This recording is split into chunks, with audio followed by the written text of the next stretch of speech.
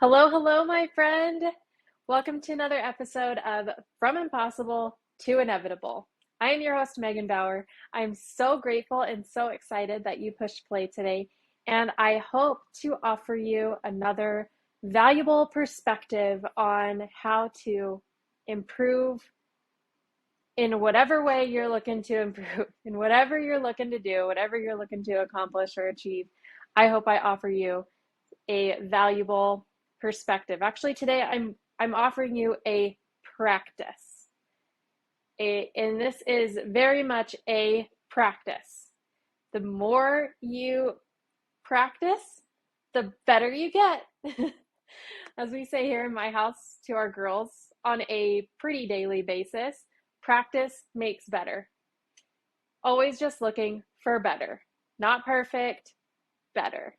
So I hope that that's what you're aiming for in life as well. It's just practice and better. Let's move forward. All right. So today I want to talk about citing your sources. Now, in school, this was really important to cite your sources. This is where I learned this. This is where I got this idea. Here's where this quote is from.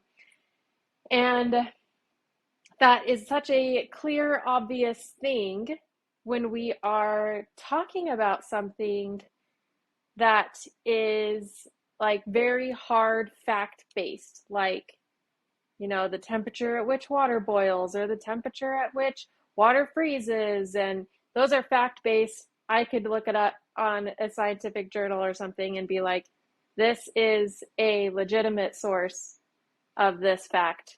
It is a fact. The end. However, citing your sources is also really important when outside influences are telling you what you should do, who you should be, how you should behave, things like that. Now, most of the time, these outside sources are hopefully they're just aiming for your good. Hopefully they're seeing things through their own lens, through their own perspective, and through their own lived experiences, and they are seeing what they feel would be right for them in that situation, which may or may not be right for you. Citing these sources, though, as you encounter advice or criticism or suggestions, is actually extremely helpful. I'm not saying that everybody's full of crap. That's not what I'm saying. What I'm saying is slow down enough to realize what your source is telling you. And if it resonates, if it hits true for you, if that source is even actually credible to you. So this could be, you put something out on Instagram, some question like, what's the best car to buy? And then all these random people on the internet are giving you suggestions, and some people a little bit more forcefully than others. And maybe there's this whole fight breaks out in the comments of like, why would you ever buy that brand? Everybody knows that brand's crap and blah, blah, blah, blah, blah. Because everybody has their opinions. And in their own little worlds, they have the best idea of what car you should buy. Great.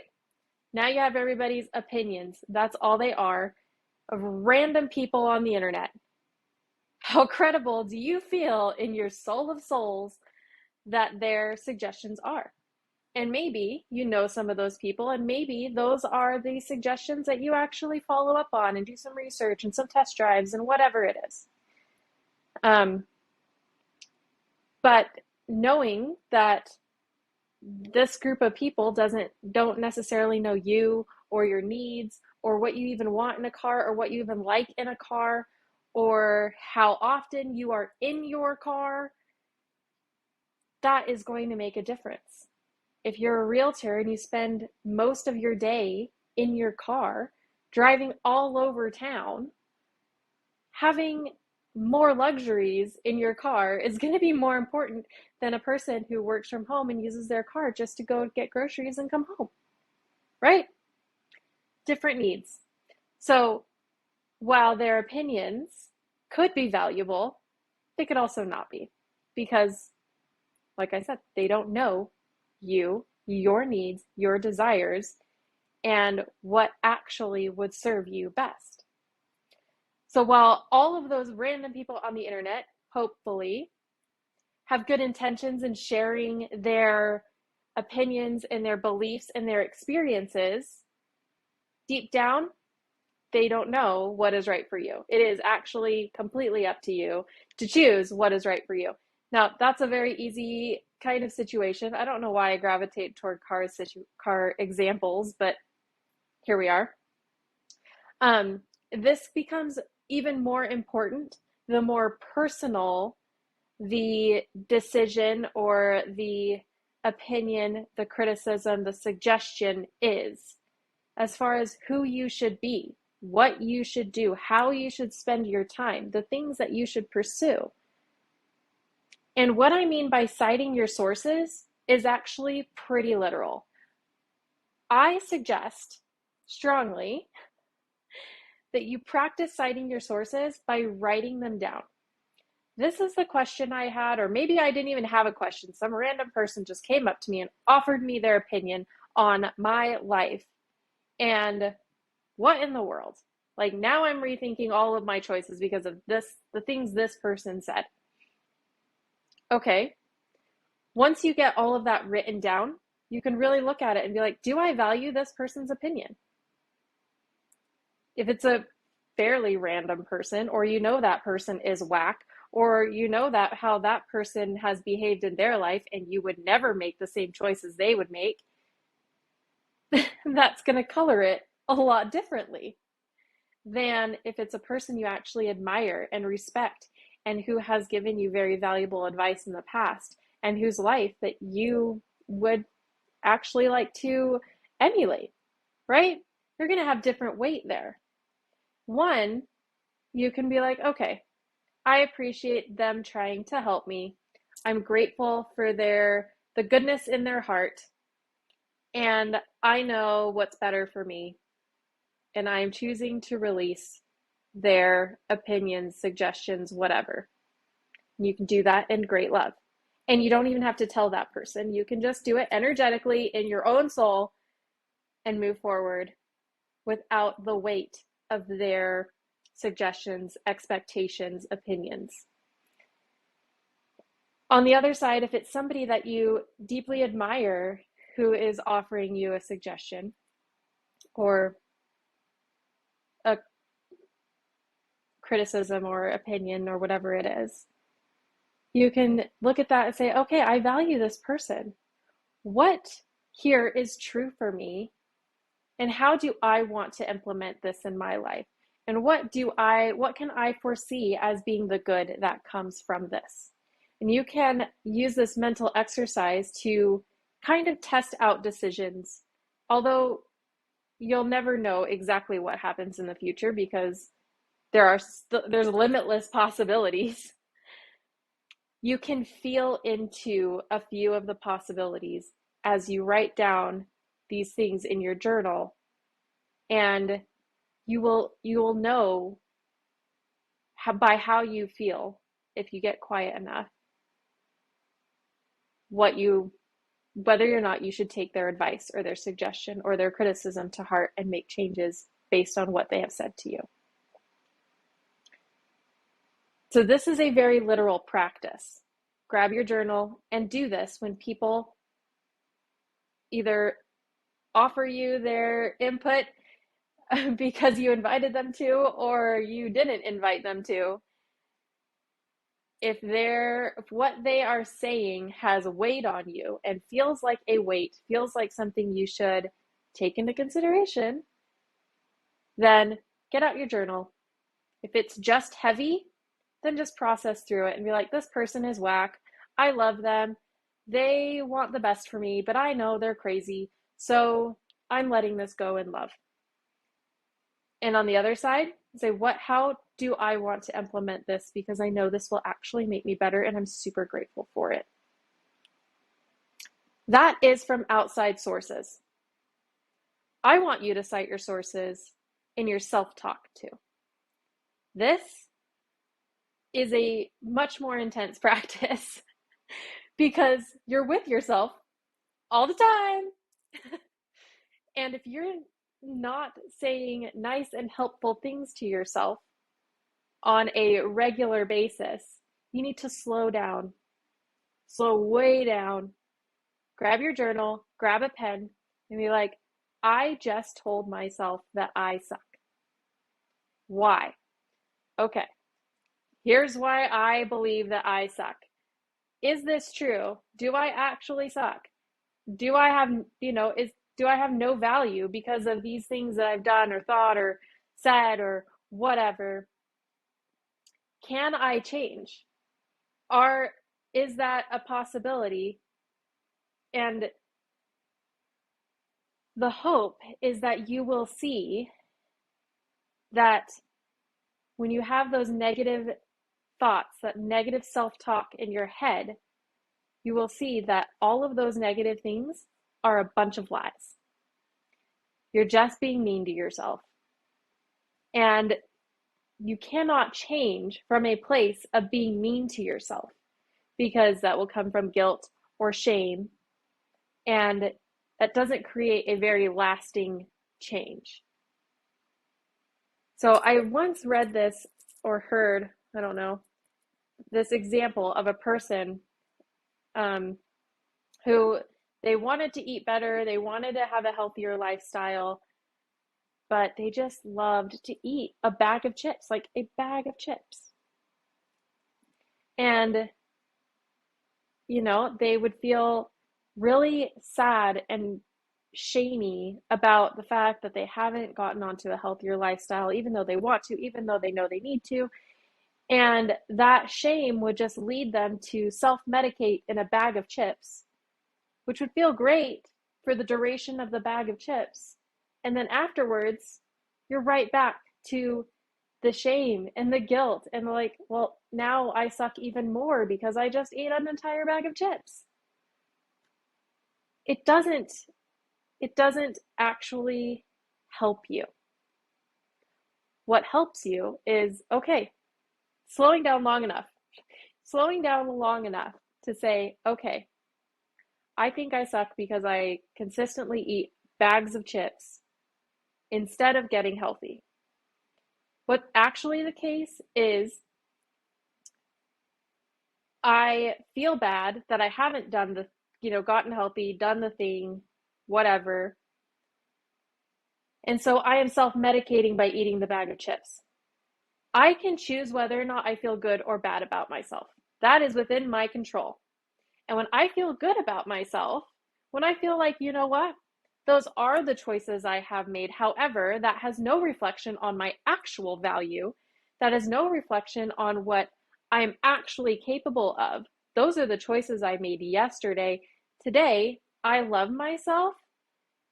I know that I have value, and I am choosing to treat myself well today. And instead of going for that bag of chips, I'm going to treat myself to a smoothie, or I am going to eat this piece of fruit, or whatever it is. Because you're coming from a place of power and a place of love. That is where you can actually change. But do you see how the self-talk comes first? I suck, therefore I eat a bag of chips, therefore I suck more, therefore I eat more chips. Like, no, I love myself. I have immense value. And because I love myself and have immense value, I deserve healthy food and I deserve a healthy lifestyle. Do you see how that happens? You don't have a healthy lifestyle and then love yourself. You love yourself first, and then you have a healthy lifestyle. Does that make sense? Now, this is definitely categorizational. Is that a word? You can love yourself in one area. Be like, I eat healthy. I deserve that. I love myself. And then you can not love yourself in another area. Quick, an example. Someone, like, I don't know. I can't think of one. So like maybe in relationships, you can say, I don't deserve somebody who loves me and cares for me. And so I have someone who doesn't love me and doesn't care for me. You can have that in different areas of your life. And the goal is to, at some point, love yourself so much and so completely that all these areas of your life seem to fall into place. But what's happening is you are raising your standard for yourself. You're saying, I love myself. Therefore, I know I deserve someone who also loves me and cares for me and treats me how I want to be treated. And I also want a healthy lifestyle.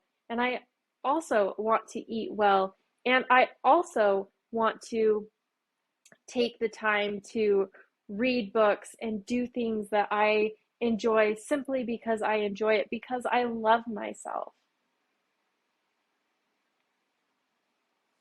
So the negative self-talk is really pervasive, and it can be in a specific category, but it's a disease. If you let yourself speak poorly to yourself because of one thing, that will eventually spread into other areas of your life, and that will eventually disintegrate how you feel about yourself overall.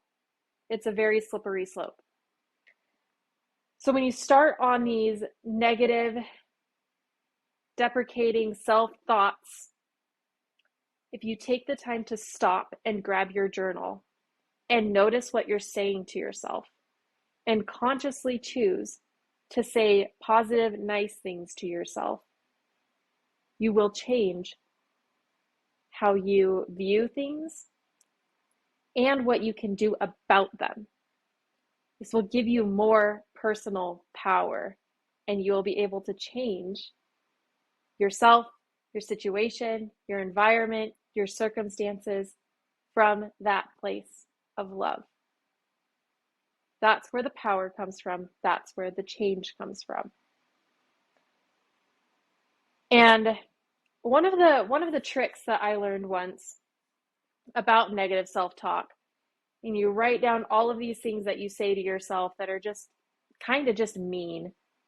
You're like, would you say these things to someone you really deeply love?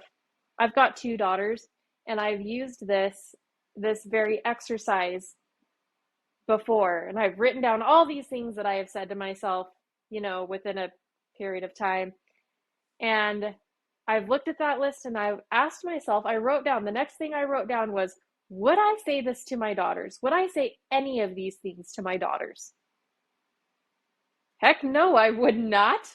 Are you freaking kidding me? Okay, then I have no business saying those things to myself. Likewise, you have no business saying negative things to yourself. If you had a friend who constantly said things to you that you say to you, you would not hang out with that person. You're forced to hang out with you. You have no choice. Also, you have the choice of what you say to yourself. So if you are a person that you don't want to be around, you can make changes internally to be a person that you want to be around. Yeah? Powerful or what? It's super powerful, and it's a practice. It is a practice. The more you actually go to your journal and write down the things that people say and that you say to yourself, and glean any gold, any wisdom that's there, because sometimes there is. Sometimes you're panning for gold and you find it, and sometimes it's all sand or dirt or whatever it is. So, glean the gold if it's there. It's not always going to be there, but if it's there, glean it. Do something productive with it, and just let go of the rest. Just sift it out and be like, great, my sifter is empty. I feel good. I am awesome. And you can refill that with maybe the very opposite things. Maybe you can refill it with exactly the opposite. If you keep saying to yourself, man, I suck, then flip that to I'm awesome. And if I'm awesome feels like a blatant lie to yourself, just say, well, I'm not proud of that, but I'm working on it. Doesn't that even feel better? It does feel better. So that's what I have for you today. I have a practice. Oh yeah, what I was saying is the more you actually go to your journal and practice this, the faster you will get at being better at it, and the more you will be able to do it in your head.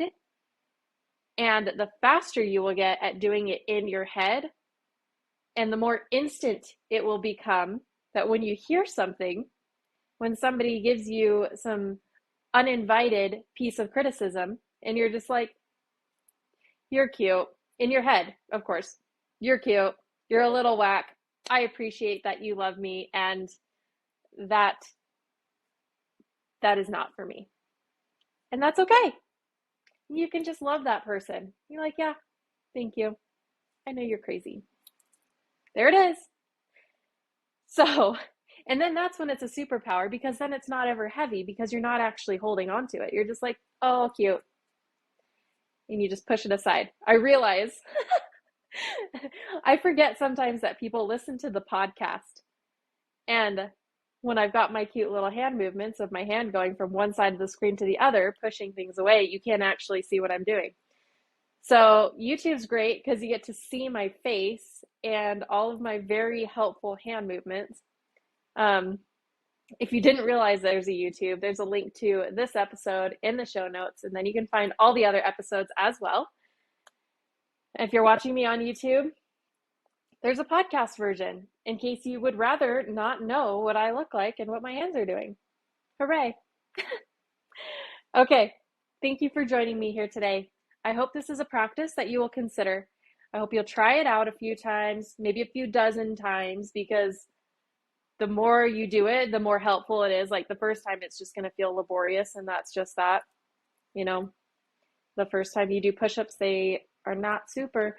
So the first time you do this practice, it's going to feel like it takes forever, and you're going to feel like you don't have time for it. However, would you rather make the time to feel heavy and depressed, or would you rather make the time to actually claim back your power? Because that's really your choice. You can claim back your power, you can claim back your good feels, or you can say you don't have time for that, and you can carry around heavy things that you don't actually need to be carrying. Because all of the negativity that people pile on you, intentionally or unintentionally, and all of the negativity that you pile on yourself is optional. You don't have to carry it. You don't. It's very heavy, and you do not have to carry it. That kind of ties into the episode from last week of struggling is optional. If you didn't listen to that episode, I really recommend it.